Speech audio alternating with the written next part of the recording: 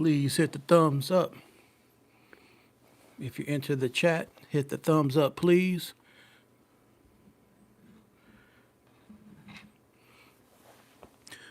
Welcome to another episode of Ring Walk Boxing Podcast. I am Bean, and I know today, over here in America, it's Super Bowl Sunday. Truthfully, I'm just a Cincinnati Bengals fan. I'm a fan of my city team, so I really don't have any passion for who wins. I could care less who wins the Super Bowl today between the Seahawks and the Patriots. But anyways, for those tuning in, I'm going to jump right in, and I'm going to start off with an ESPN article. And for those who are in the chat today, give me a little time. I'll definitely get around to reading off questions or statements.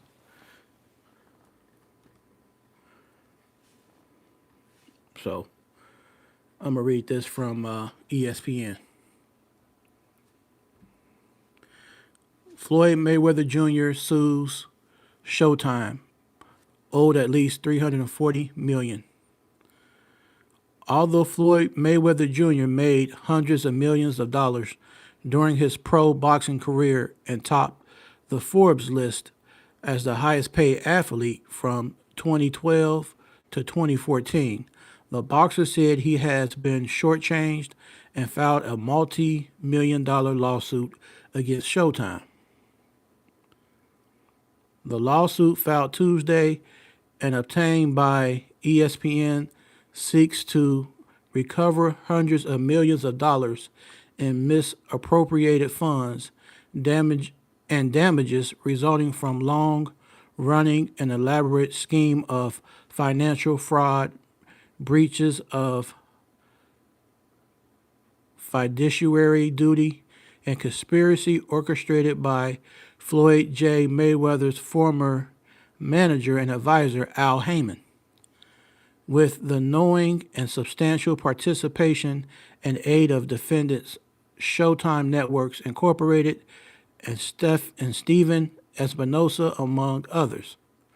Mayweather, age 48, says he is owed at least $340 million and cites a complex web of hidden accounts, unauthorized transactions, and deliberate concealment of financial records as the reason he believes he has been defrauded from those funds. Heyman is not named as a defendant in the complaint. Espinosa didn't respond to a request for comment on the lawsuit. In 2013, Mayweather signed a 30-month, 6-fight deal with Showtime that was at least the richest for an individual athlete. He fought Robert Guerrero, Canelo Alvarez, Marcos Maidana twice, Manny Pacquiao, and Andre Berto during that deal, and also faced UFC superstar Conor McGregor on Showtime pay-per-view. Mayweather fought 8 times on Showtime pay-per-view, with Pacquiao bout still standing as the highest grossing pay-per-view in history, with over 4.4 million purchases and $410 million in revenue generated. Mayweather reportedly earned around $250 million for that fight alone. In the lawsuit, Mayweather says Showtime and Espinosa worked in tandem to divert the boxer's earnings into accounts controlled by Heyman and failed to provide financial transparency. Mayweather said that he has suffered enormous financial harm and is missing at least $340 million from his reported $1.2 billion in career fight purses.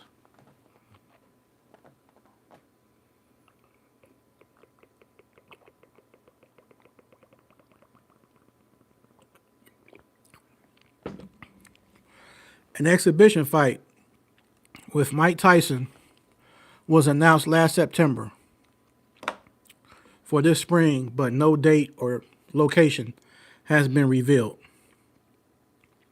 Reports surfaced Tuesday that Mayweather face K1 boxing would face K1 kickboxing legend Mike Zambides on June 27th in Greece, but there has been no formal announcement of that fight either. So that's what we have. ESPN News regarding the lawsuit with Floyd Mayweather Jr.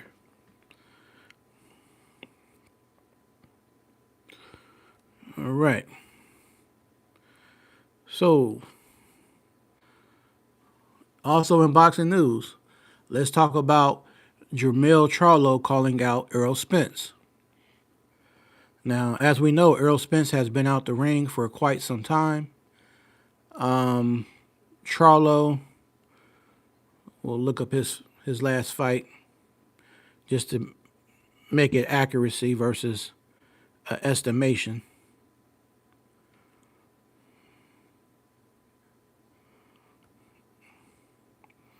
All right, so Jermell Charlo's last opponent was Canelo Alvarez, and that was back in. Now, this is according to BoxRec. It says Saul Alvarez, March 9th of 2023.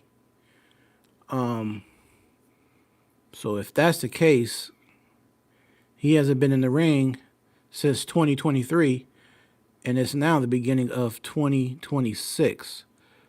So Charlo has been out the ring for Jermell, the twin, has been out the ring for quite a while, as well as Errol Spence. The record of Jermell Charlo is 35 wins, 19 by knockout, 2 losses, and 1 draw.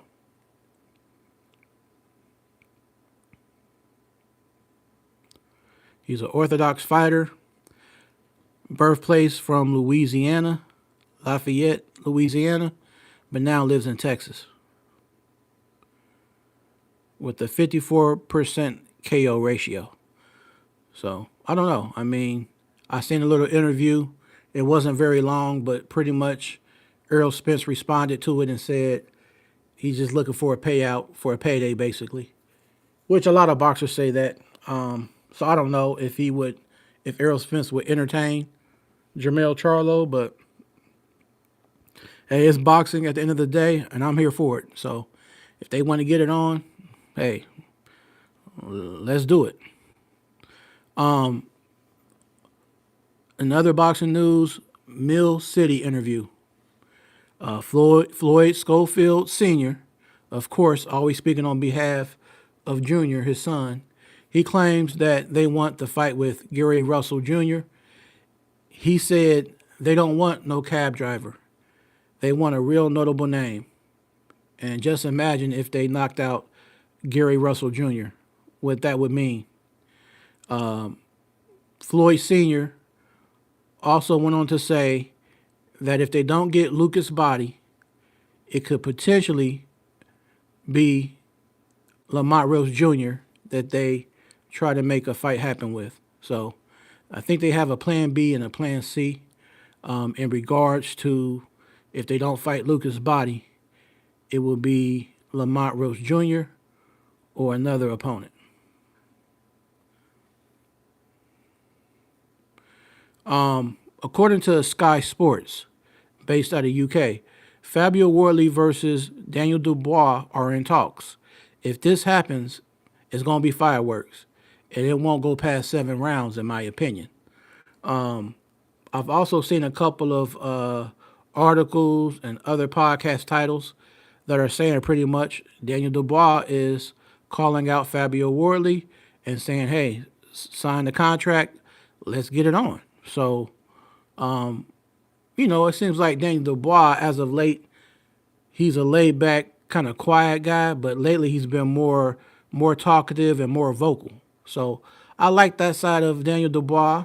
Some people talk about him, but I'm like, hey, I'd rather him have that type of attitude And if you look at it for what it is, he is fighting some of the top fighters. Once Daniel Dubois got to a certain level, when he got to Joe Joyce after that, he just started fighting tough fight after tough fight.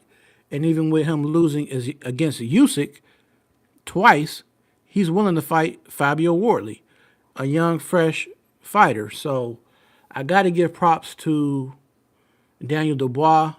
He's really building a very good resume in the heavyweight division. And we can't overlook the fact this man has a very high knockout ratio. It's probably right behind that of Deontay Wilder. But to be fair, I would say that Daniel Dubois probably has more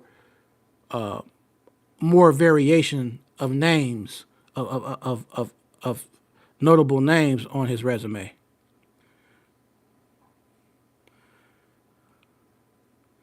And Fabio Wardley, as we know, he's a knockout puncher. So him and Dubois in there together, like I said, I don't see that fight going past 7 rounds. It's a 50-50 fight. I lean a little more towards Fabio Wardley just based on we haven't seen a vulnerability in him yet. I'm not saying there isn't an underlying vulnerability, but we haven't seen that exposed. We have seen Daniel Dubois, fight Usyk in a rematch and get stopped in like 5 rounds. But then in the first fight, things didn't go his way, and he pretty much, I think, took a knee or pretty much, he deflated. He didn't want to continue basically. So we'll just see what happens. We'll see what happens when it comes to Daniel Dubois and the Fabio Wardley fight. Next weekend, we have the fight with Flint, Michigan.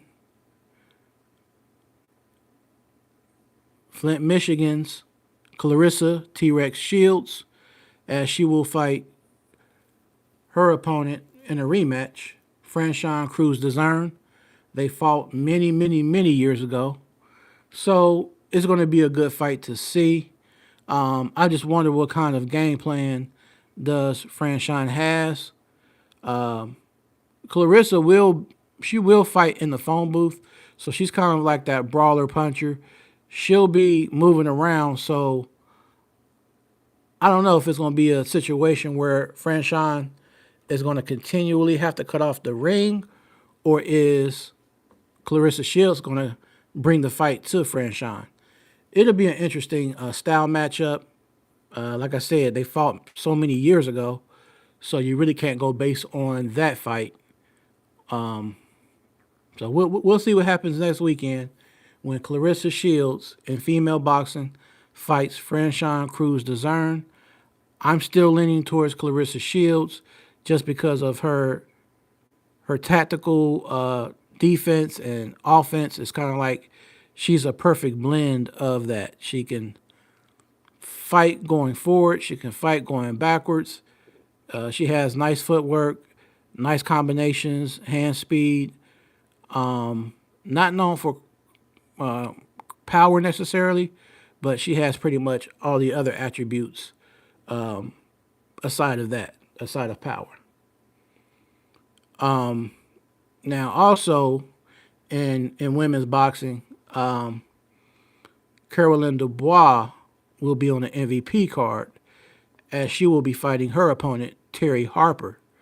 And in the mix of all this going down, Alicia Baumgartner has taken aim at Caroline Dubois, pretty much saying, quote, "I thought prom was over." And she's talking about Caroline Dubois and her style and what she wore, like a long prom-looking dress when she did a face-off with her upcoming opponent, Terry Harper.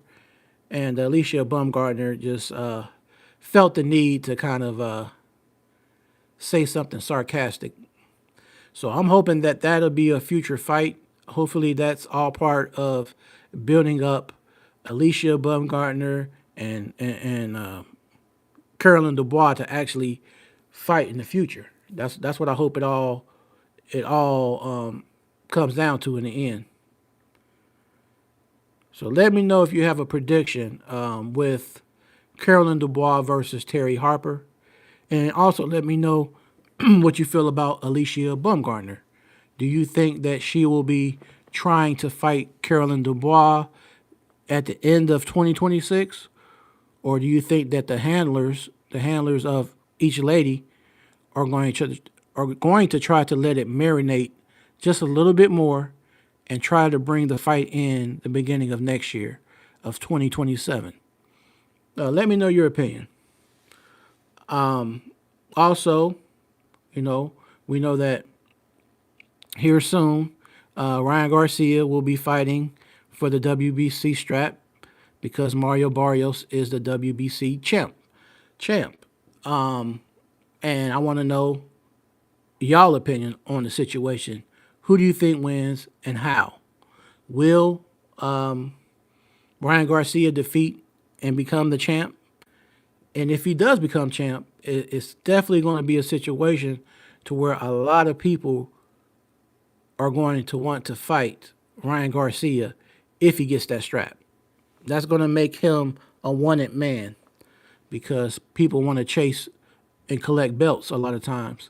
So it could be a good thing, whether he loses, whether he wins.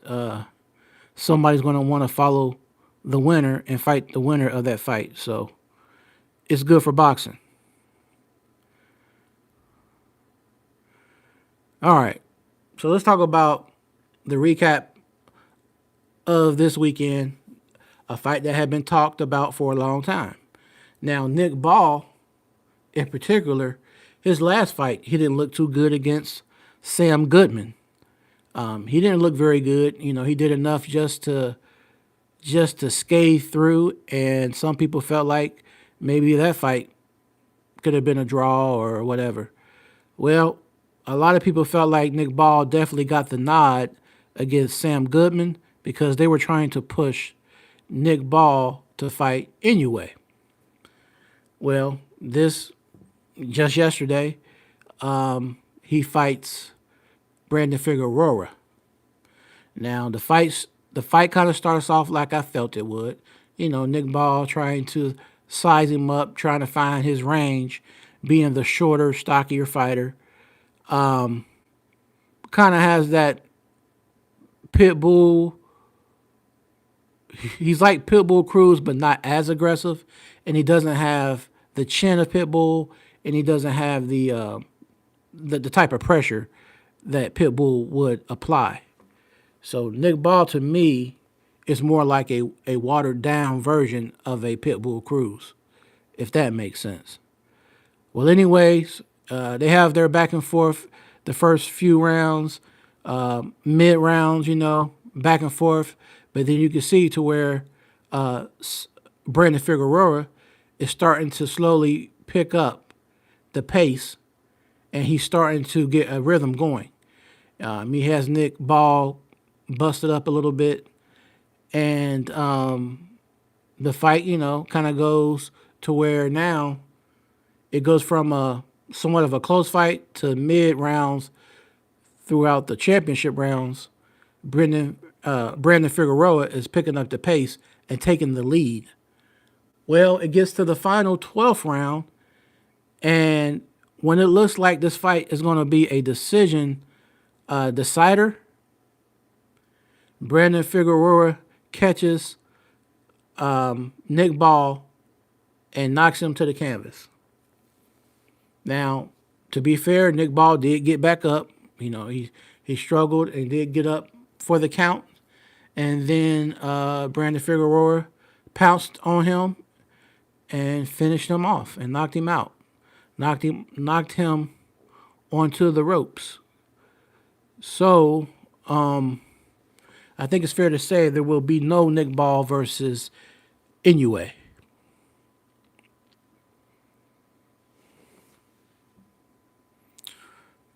Sebastian Fundora, 23-1-1 with a 65% knockout ratio versus Keith One-Time Thurman, 31-1-0 with a 70% KO ratio. They have a similar knockout ratio, and the fight will be on March the 28th. It just so, although I think Keith Thurman is a formidable opponent, and he'll just about fight anybody. He's fought some good names. He he's a marquee fighter, but I just feel like Sebastian Fundora, his physical being, his height, his reach, he's just so hard to get inside a certain range. He got the long arms, he got the jab. He's learning how to use his advantages, his reach advantages. I just don't know how Keith Thurman's going to work his way inside of all of that to land enough to cause damage. Now, I do feel like if he can get inside in a methodical way, he's going to want to go to the body of the much taller Sebastian Fundora and slowly try to chop him down.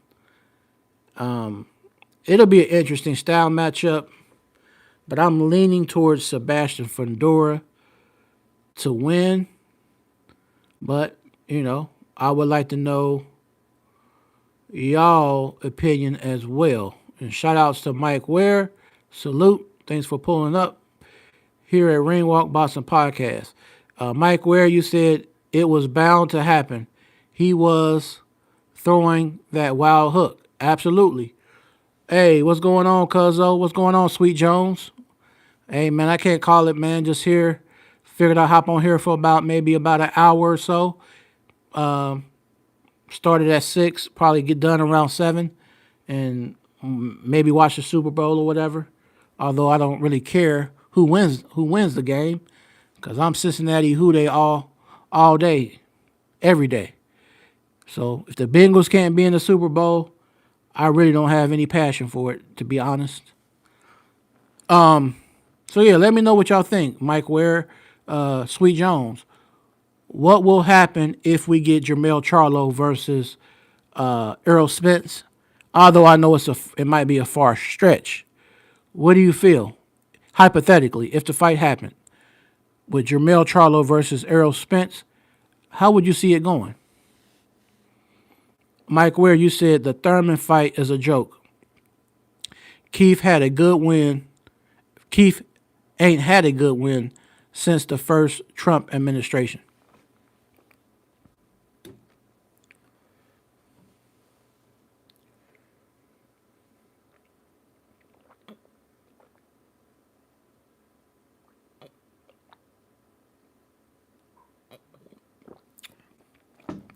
Well, Mike Ware, I hear you, but I guess at this point in the career of Keith Thurman, he has nothing to lose.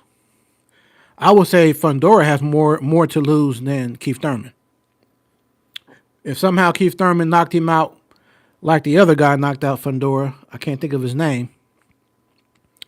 But if he happens to hit that Hail Mary and knocks out Fundora, that's just going to raise his status and cement him. But I think if Fundora wins, then it is what it is, and he's on to the next.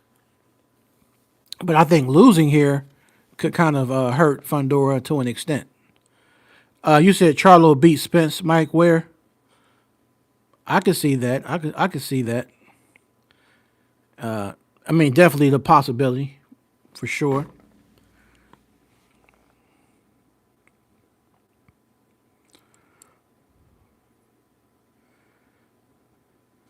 Now, what do you think about of course, the return of the Mac?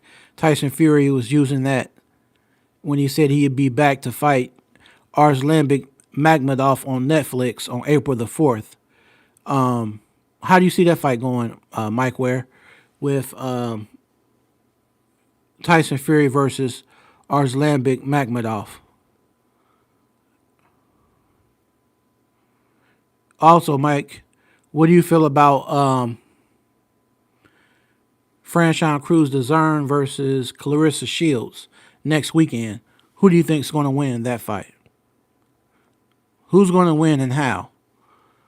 Also, next weekend on Zuffa Boxing, there will be a card with Efe Ajagba versus Charles Martin. Salute T Hill. What's going on? What's going on, brethren? Appreciate you pulling up, man.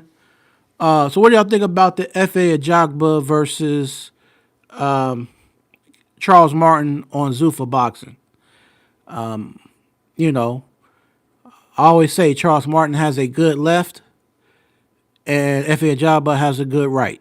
So I wonder if it's going to be any issues with Efe Ajagba fighting a southpaw fighter like Charles Martin, or will he make adjustments, or does he already know how to fight a southpaw fighter?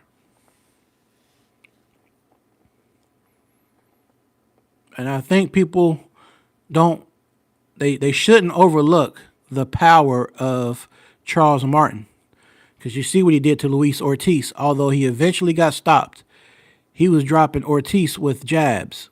He dropped Luis Ortiz twice with a jab. So not Frank Martin, but Charles Martin, he can hit. He's got honest power.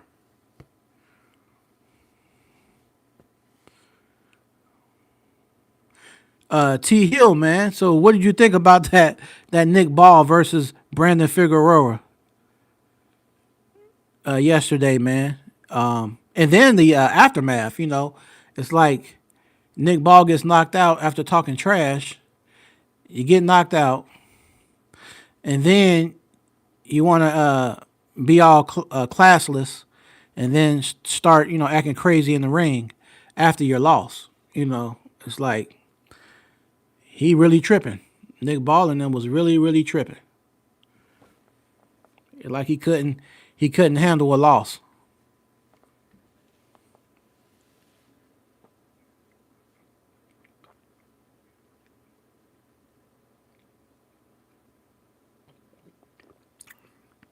So let me ask you this,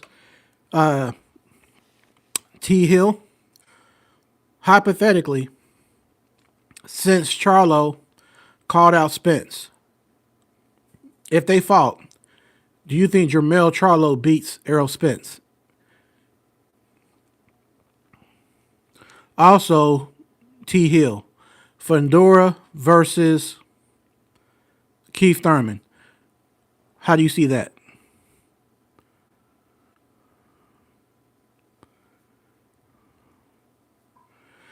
Sweet Jones, you said Errol Spence will win by UD.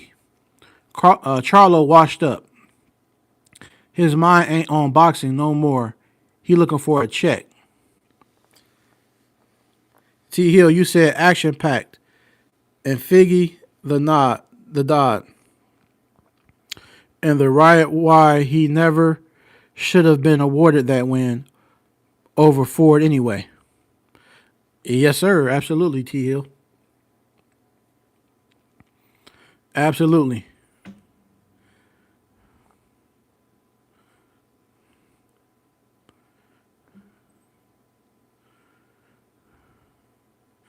Oh, hey, check this out, Sweet Jones. I just got word. They are looking to open a gym. They're working on the process of getting a boxing gym in the hood in Zone 15 Lincoln Heights. They are going to get a boxing gym out there. So if I get more information, I'll pass it over to you.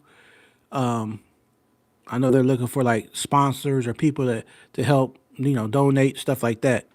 But that's awesome to know that Lincoln Heights will have a boxing gym, and I will be one of the first ones on the scene.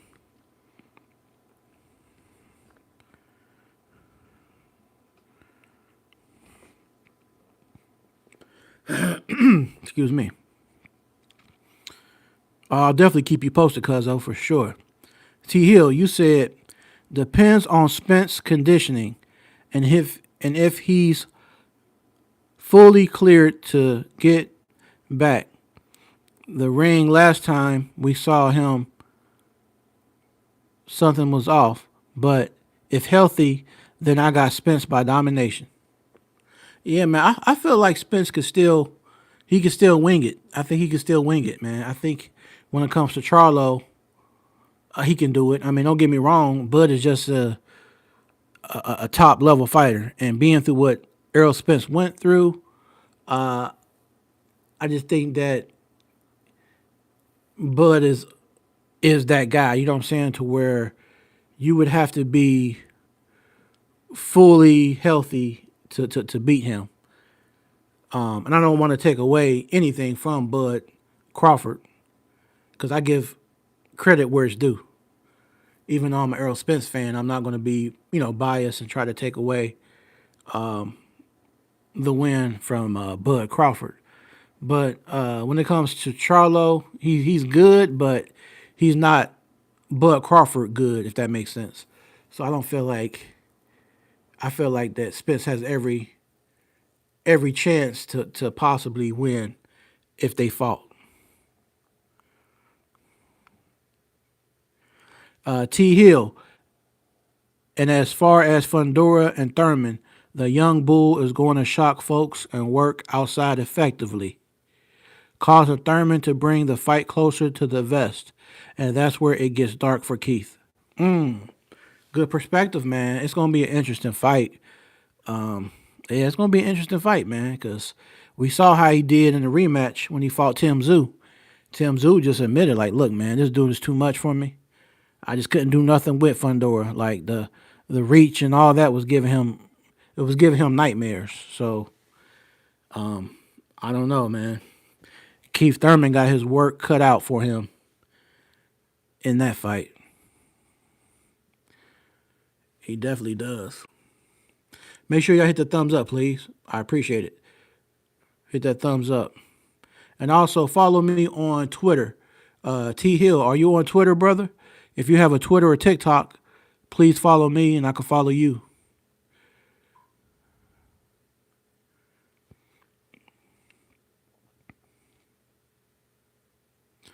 Now, let's talk about that heavyweight fight that'll be over in London in UK. Deontay, the Bronze Bomber Wilder versus Derek War Chisora. How do you see that fight going? How do you see that fight going with Deontay Wilder versus Del Boy, Derek Chisora? Because to me, although a lot of losses, like maybe 13 losses, 14 or whatever Chisora has, he's always a very game opponent. And at this point, this is supposed to be his last fight, his 50th fight. So Chisora has nothing to lose. He has nothing to lose. I feel like he's going to unload his clip in the first few rounds, though. That's the only issue I have with Chisora. He's very tough and rugged, but I think he goes for the gusto early. And if you can't stop his man within 5 or 6 rounds, he will start to decline. That's going to be an issue. If he gets tired against Deontay Wilder and Wilder can still be standing, it's going to be slow for Derek Chisora. It's going to be slow.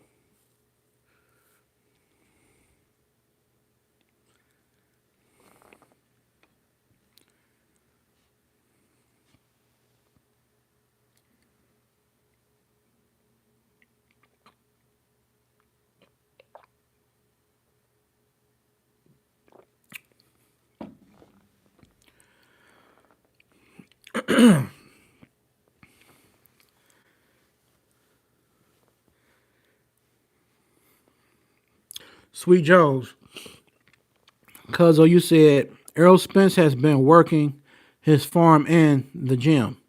I believe he's back focused and ready to go to work if need be. Man, that's what's up, Cuzzo. Yeah, man. I mean, I like Spence, man. I definitely rock with Spence. That's for sure. T Hill, not taking anything away from Crawford, but two things can be true in this situation. And I know what I saw in the back with his interview and with him on the ring walk. Yeah, man, that's what a lot of people say. And even I seen the interview I mean, people could take it for what it is.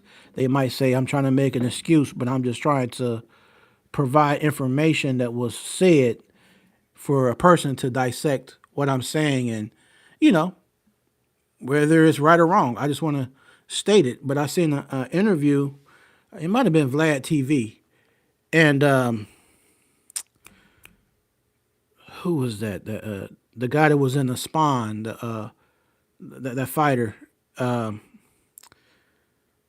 oh, man, he was the actor in the movie Spawn.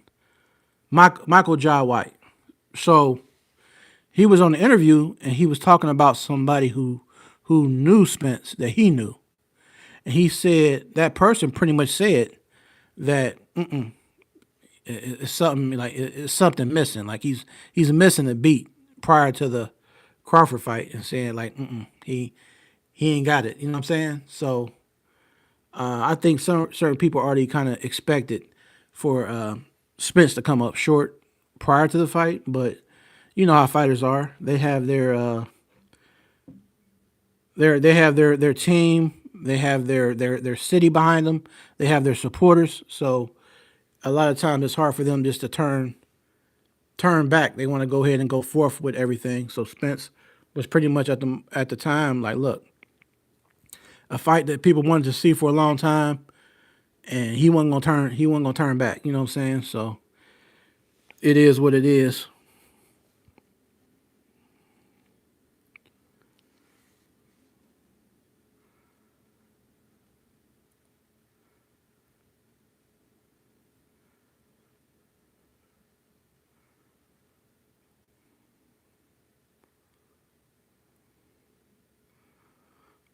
So what do you think, T Hill, about the Zuffa boxing match next weekend?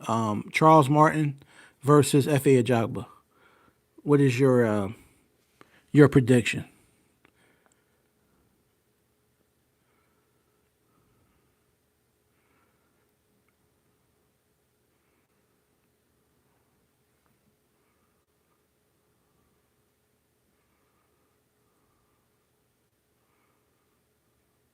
And also T Hill, if we do get the fight, because like I said, Daniel Dubois has called out Fabio Wardley and said sign the contract. What do you feel would be the outcome of a Daniel Dubois versus Fabio Wardley? Two power punchers, two high knockout ratio, two guys out of UK. How do you see that fight going?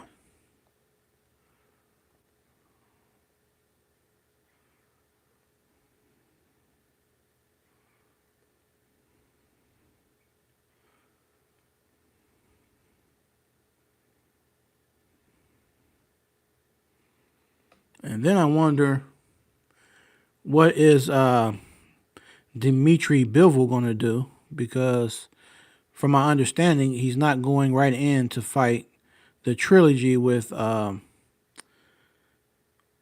Baturviev.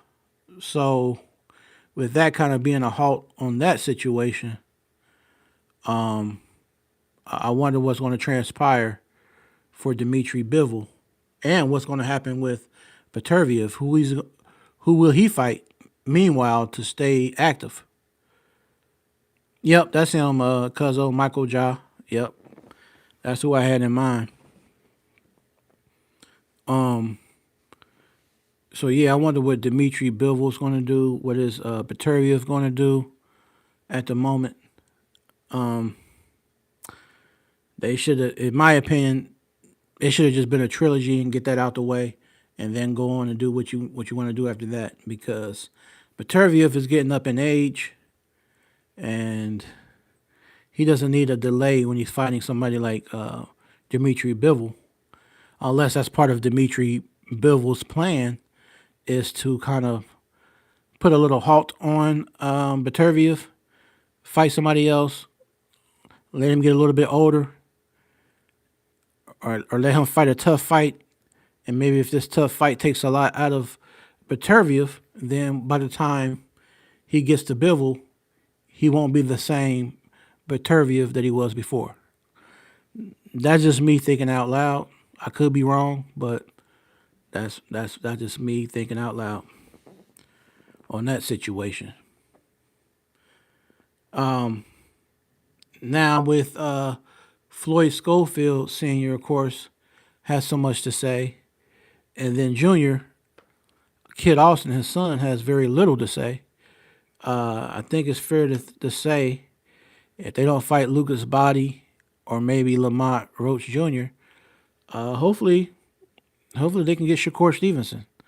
Hopefully that fight can happen again. Although Kid Austin pulled out the first time, hopefully he'll get another shot at Shakur Stevenson. I love that style matchup. I love that style matchup. Those are the type of opponents I want to see Shakur fight. A person who's going to put calculated pressure. They have good power. They're athletic. So it'll be a good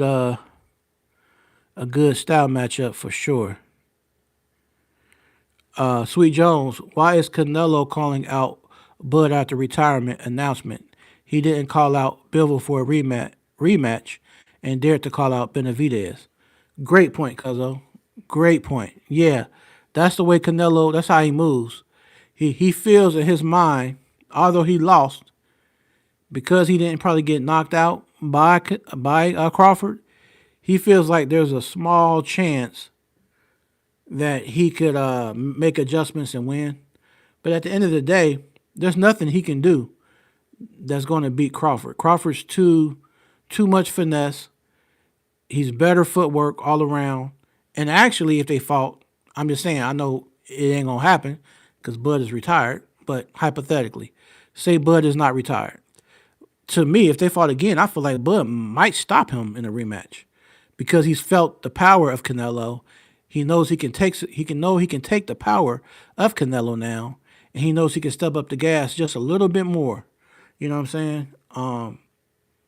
Yeah, I don't see a reason for that fight because it wasn't like it was a close fight. Now, if it was a close fight, controversial, even a 7-5, type fight, like a 7-5 round. But come on, man. He pretty much got beat probably a good 8-4 rounds.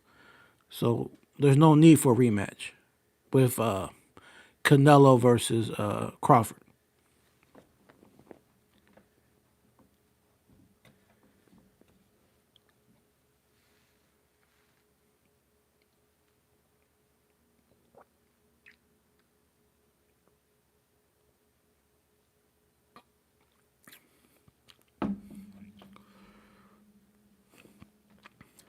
And then, of course, Keyshawn Davis calls out Devin Haney. So if that fight comes to fruition, that's going to be a fight. I personally, I rock with Keyshawn Davis. Devin Haney, he's okay. But I like Keyshawn a little bit more as far as his fighting style. I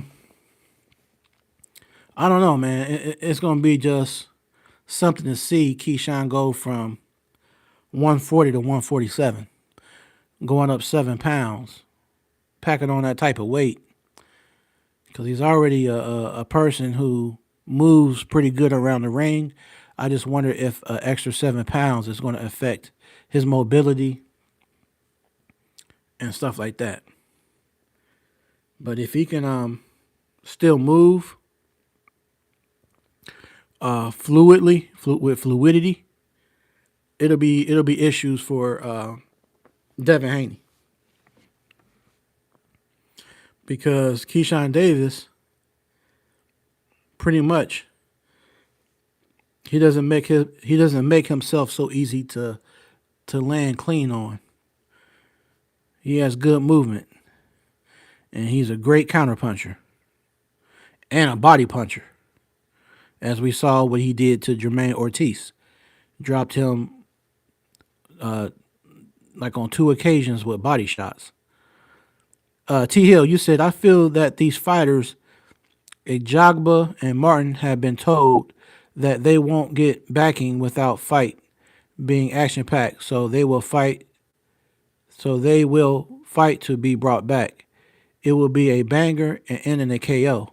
I feel the same way. Now, this is the thing I want to ask too, T Hill, is as far as you know, I mean, whether you know this or not, I'm not sure. But as far as you know, now, okay, you figure you got on Zuffa Boxing, you're going to have Charles Martin, Efe Ajagba. Now, my understanding was Charles Martin was PBC, right? And I think Efe Ajagba is top rank. So I wonder, is Zuffa, how are they able to have these two fighters fight unless they're giving a percentage over to Top Rank and PBC? So I wonder if because Efe Ajagba and Charles Martin, when they have to be free agents to fight on Zuffa. So I don't know. I mean, that's just kind of confusing to me to an extent because the little bit of articles I read and things I'm hearing, it sounds like Dana White, although he's dealing with boxers, he's not trying to be so much of an affiliate with all the other outfits out here. He's not trying to be with Top Rank or PBC per se or Matchroom. Like he's trying to do his own thing with the TKO or whatever. It was TKO and something else. T Hill, you said as for Dubois and Wardley, that is a fight that totally depends on if Daniel is serious. Daniel takes this fight seriously, then he going to spark him by round 4, and if not, it will be a later stoppage by whomever. Yeah, man, I personally don't see that fight going past 7 rounds. I feel like somebody's going to land that bomb. Now, one thing we can say about Daniel Dubois, he's known to pull the trigger early, so he'll be going for the knockout just as soon as he can because he connected on Anthony Joshua in like the second or third round with that overhand punch, and AJ never recovered. So he definitely works. He works a lot faster, in my opinion, than Wardley. Wardley to me is the type that carries power all fight, but normally he catches his guy, around the mid round. For whatever reason, he doesn't get going as fast, and that could be a problem when you fight somebody like Daniel Dubois, who is a powerhouse with a 93% knockout ratio. This guy's coming like a bull early, and if you can't be defensively responsible and you're like Fabio Wardley, you're there to be hit. You're just a standing target. You don't have no special upper body movement like a Tyson Fury or nothing like that, or like a Usyk. You're there to be hit. So I feel like you said, Dubois could definitely knock him out unless Fabio Wardley could pull the trigger early himself and catch Dubois with something that stops him in his tracks. It would be a fireworks for sure. What you got on the Deontay Wilder and Chisora, T Hill?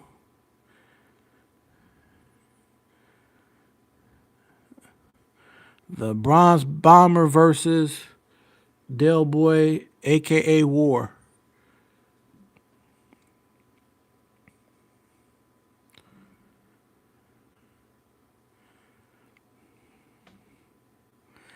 T Hill, you said so. I believe they will get some other proceeds. Yeah, that's the only way I can see it is like a certain percentage they would have to get because if you're contracted with PBC and you're Charles Martin and then FA Ajagba, you're contracted under Top Rank, and then you're fighting under another platform like Zuffa. I can't see you being able to just go as you please unless you're no longer on a contract or there's an agreement where you're giving a cut over to the platforms that they're under. It's kind of interesting, but I'm not gonna be on here much longer, my good people, because we know the Super Bowl is going down. Um, I'll probably kick back and watch a little bit of this game, and just chill and relax. But I appreciate everybody who pulled up here at Ring Walk Boxing Podcast, going live every Sunday, 6 p.m. Eastern Standard Time, USA. And just for people to know, I will be having a special guest. I don't have actual the actual date right now, but I will keep everybody posted. I've been talking in talks with a younger fighter out of the United Kingdom, and we plan to do a interview in the near future. So be on the lookout. 2026. I plan to do a lot more interviews this year. I plan to go to a lot of gyms throughout Cincinnati, the Nasty Natty. I will be going to different neighborhood gyms. So I will be sitting and talking to different trainers and giving you footage of whatever I'm allowed to get footage of. So be on the lookout. This year is going to be a big year for Ring Walk Boxing Podcast. I've been having a lot of ideas, so just stay tuned. Also, like I said, if you're on Twitter, follow my Twitter page because I'm going to be more interactive on Twitter or TikTok. Follow me on Twitter, TikTok. I do have IG. I do have Facebook, but I'm trying to be on Twitter and TikTok a lot more. T Hill, you said my heart is with Deontay, but if I'm being honest, I'm not sure who he's training under and how serious he has taken to their conditioning regimen. So I will say it depends on how that goes. Hey man, you brought up a good point. I wonder who Deontay Wilder is training under. I think that's one thing I didn't know. I'm gonna have to do some research on that. T Hill, you said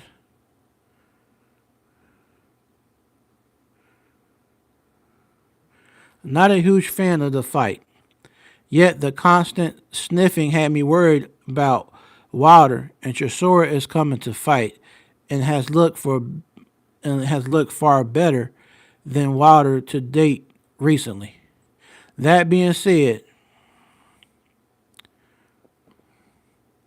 T Hill, you said that being said, what down the pipe with the possible Usyk fight, maybe we get a focused Wilder, and that will cause him to dial in and spark Chisora the right hand of God.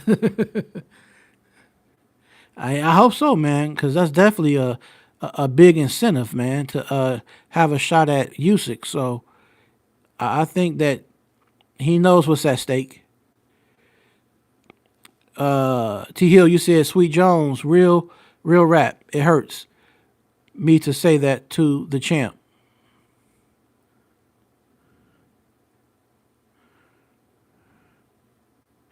T Hill, you said that incentive is everything. Facts. And while right before we go, man, I'm now you got me interested. Who is Deontay Wilder's trainer right now? Let me see.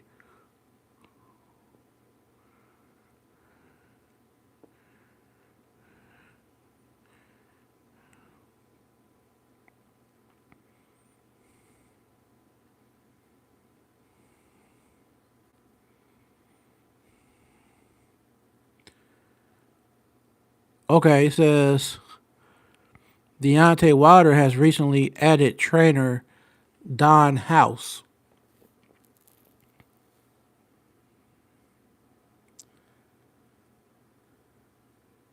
He also is keeping Jay Diaz, which I don't understand that. Jay Diaz is not no great trainer, but he got Don House. I mean, to me, if Wilder finds a trainer, Wilder needs a trainer who can work with what he has. A person who knows how to deal with a knockout brawler like Wilder. He needs somebody like maybe who's the one that worked with Tyson for a while, and now he works with one of the Charlos. That trainer, I can't think of his name.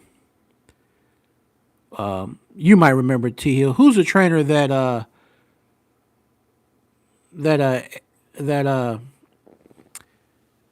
not Derrick James, but the other trainer that had one of the Charlo brothers, and he had Mike Tyson back in the day. Not Rooney. I'm seeing his face. Hold on, I'm about to look him up because I don't know on my mind. Let me see.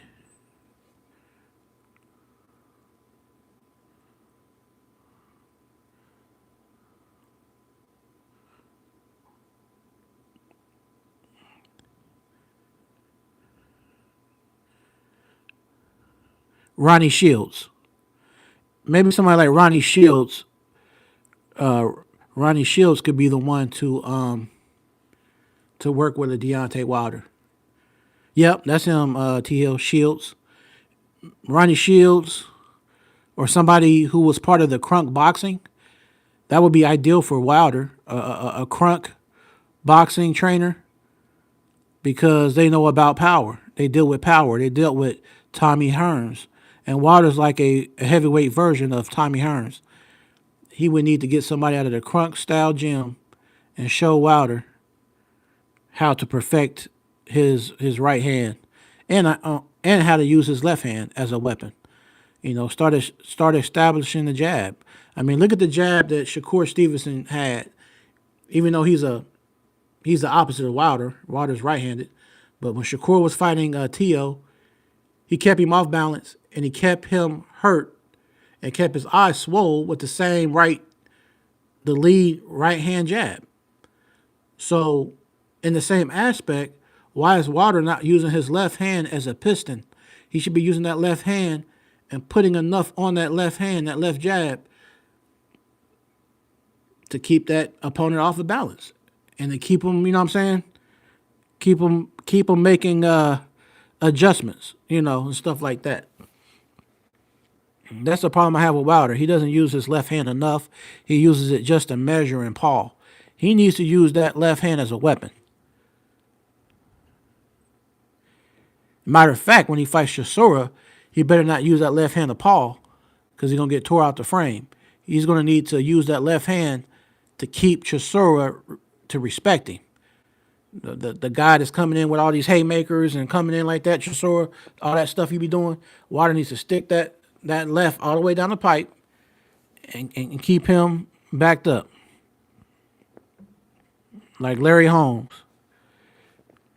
T. Hill. Breland, everything went downhill after he and Wilder separated. He was using it more often and effectively. I absolutely agree. But I got grilled for it. When I spoke about that, people had so much to say. I always felt like him getting rid of Breland was one of the worst mistakes that Wilder made, because Breland actually knew boxing. He was a certified boxer in his day, an Olympian, and he knew how to establish a jab. He understood the rhythm. He understood the technique of the jab and what it meant.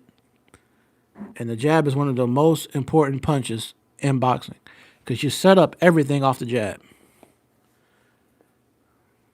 It's the basic fundamental.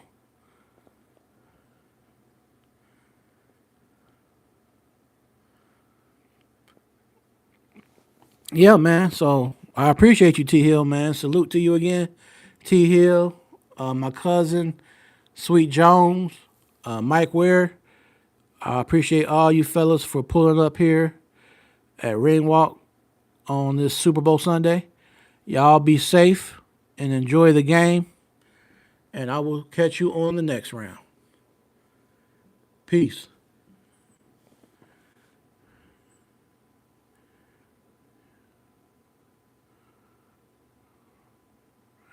T Hill, what's your Twitter name or TikTok name? Put it in the chat, please, and I will hit you up.